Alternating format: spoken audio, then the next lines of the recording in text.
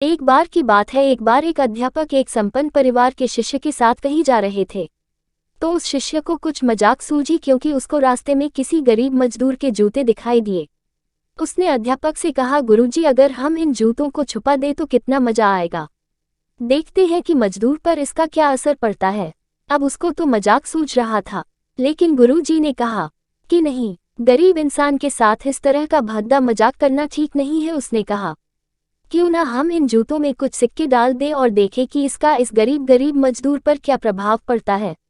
उन्होंने ऐसा ही किया। जैसे ही मजदूर अपना काम करके लौटा और उसने एक पाँव अपने जूते में डाला तो उसको कुछ कठोर सा महसूस हुआ। उसने अंदर हाथ डाला तो उसको कुछ सिक्के दिखाई दिए। वह थोड़ा आश्चर्य में पड़ गया। आसपास किसी को देखा तो कोई भी दिखाई नहीं दिया। वापस उसने दूसरा पैर अपने जूते में डाला और वापस उसको उसमें कुछ सिक्के दिखाई दिए। अब दोनों जूतों के सिक्कों को उसने अपने हाथों में रखा और प्रभु की तरफ इशारा किया, है प्रभु, पता नहीं किस भले मानुष ने ये सिक्के मेरे जूतों में छुपाए हैं, लेकिन जिसने भी छुपाए हैं उसको मेरी दुआ है ताकि इन पैसों से मैं अपने बच्चों और पत्नी के लिए कुछ खाना और दवाएं ला सकूंगा। और इतना बोलकर वह चला गया।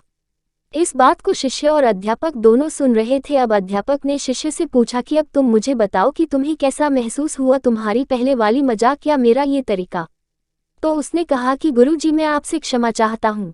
अब मुझे समझ आ गया है कि सच्ची खुशी किस चीज़ में है। जब हम किसी की मजाक उड़ाते हैं तो हमें कुछ पल का आनंद मिलता है, लेकिन इससे हमें बद्दुआ मिलती है। लेकिन अगर हम किसी की मुश्किल परिस्थिति में मदद करते हैं और जिसकी भी हम मदद करते हैं उसको भी नहीं पता कि हमने उसकी मदद की है, लेकिन अंदर ही अंदर हमें पता है कि हमने उस इंसान की मदद की है, यही सच्ची खुशी है। जब हम दूसरों को खुशी देते हैं तो हमें सच्ची खुशी मिलती है।